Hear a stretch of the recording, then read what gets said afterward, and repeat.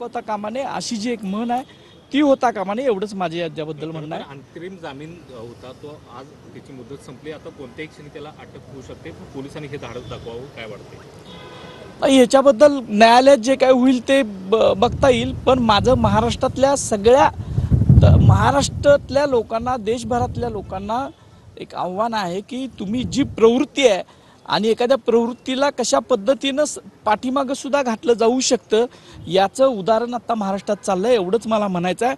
याच्यावर मुख्यमंत्र्यांनी तातडीनं निर्णय घ्यावेत, कारवाई करावी. जरी हे प्रकरण न्यायालयात असलं तरी आपल्याला सगळ्यांना माहीत आहे की कशा पद्धतीनं कारवाई करता येते. एवढंच माझं म्हणणं आहे की आपलं संवेदनशीलता ही महाराष्ट्रानं जपली पाहिजे आणि त्यात खासल्या खास पोलीस दलानं आणि राजकारण्यांनी सुद्धा जपली पाहिजे, एवढंच मला म्हणायचं. तुम्ही आसिम सरोद यांना वकील दिला, पण दुसऱ्या बाजूला सरकारी वकिलांनी जी भूमिका मांडली, सरकार कुठेतरी कमी पडते भूमिका मांडताना? नाही, असे आम्ही आमचं म्हणणं असं आहे की सरकारी वकील जे आहेत त्याच्याबद्दल सरकार निर्णय घेईल.